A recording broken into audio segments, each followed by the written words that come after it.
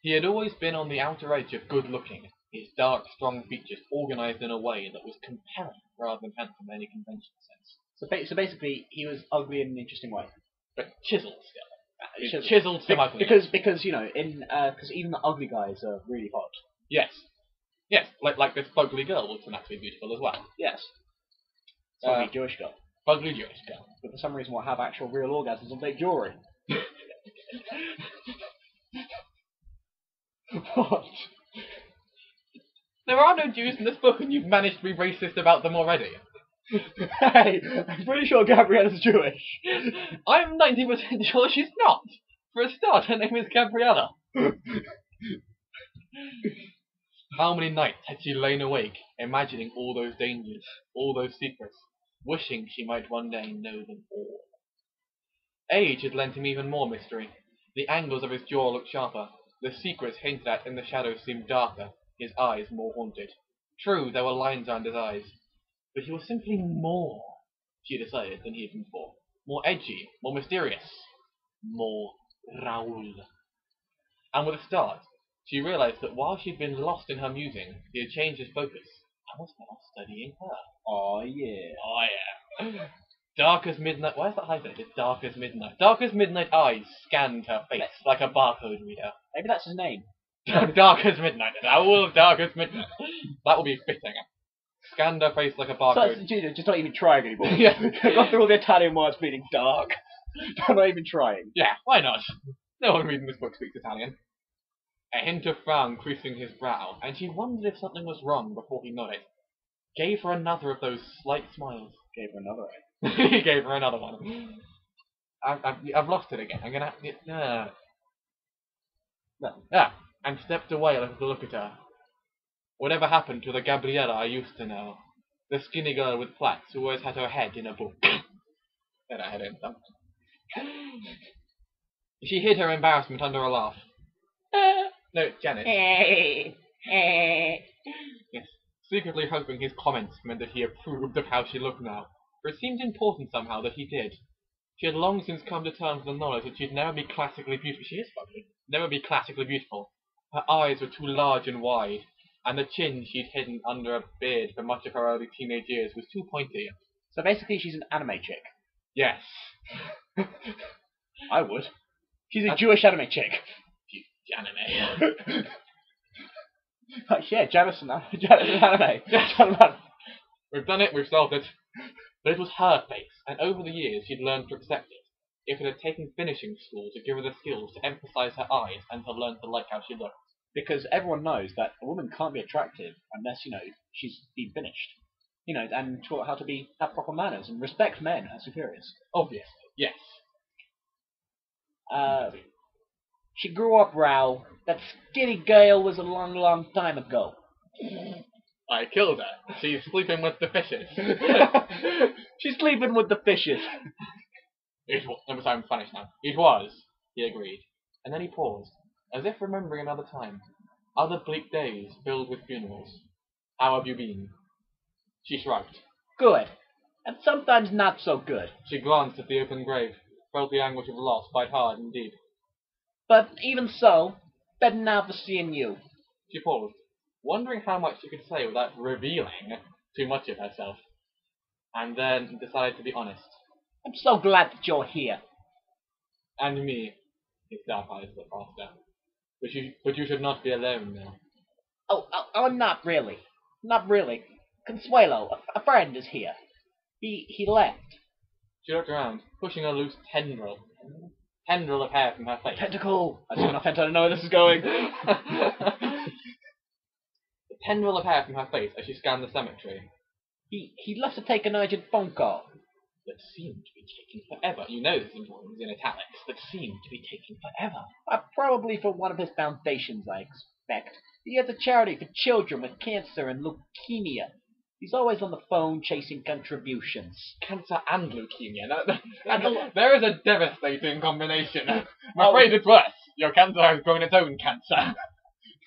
And also, he's making sure that the legitimate businessmen are making their contributions. He's funneling money through his charity. I bet that turns out to be it, actually, because we know he's already an arsehole. Well, we don't know he's an arsehole. He's apparently an arsehole. So obviously he's going to be an arsehole, because he's not the one who's going to end up doing that. True.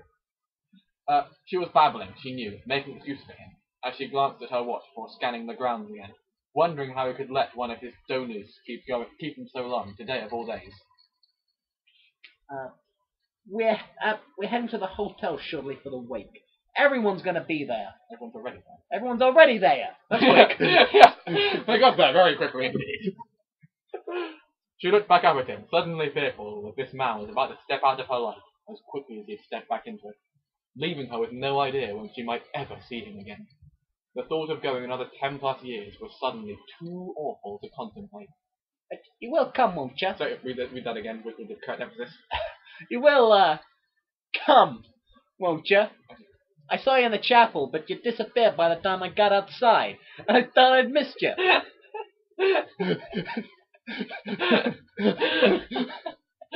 Oddly, the Italian thing is probably closer to what we're really going for here.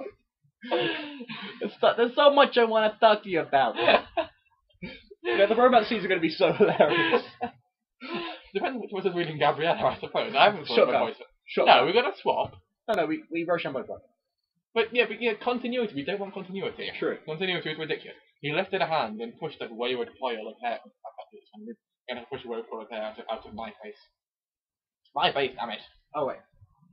He lifted a hand and pushed that wayward coil of hair from her cheek with just the pads of his fingers, the lightest touch that sent a rush of heat pulsing through her. Oh dear. Well, that's a euphemism for. This is me. Of course I will. Come. It will be my pleasure. Well, you count. It will be my pleasure. You're the count from. Count from one orgasm. Ha ha ha ha. Two orgasm. Ha ha ha. I bet he's really good in bed.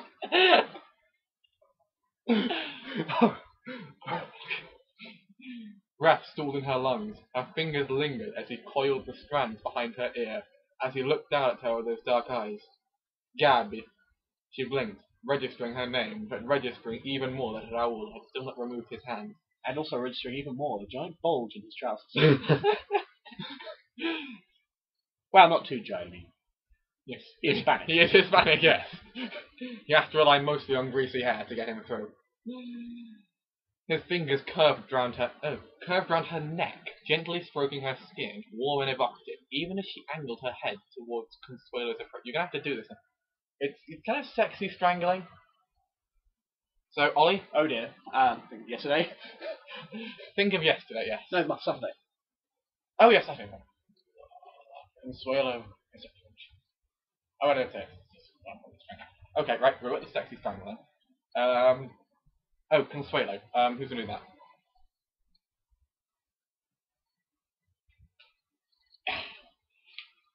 I'm Consuelo, so... we need an accent. I'm thinking Canadian.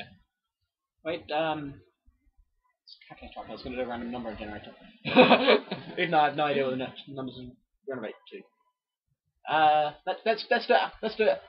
Alphabetically. So start with Australia. No, Algerian. Australian. No, because I don't even know. I don't know. Australian it is. Alright, so... Are you coming? Are you coming?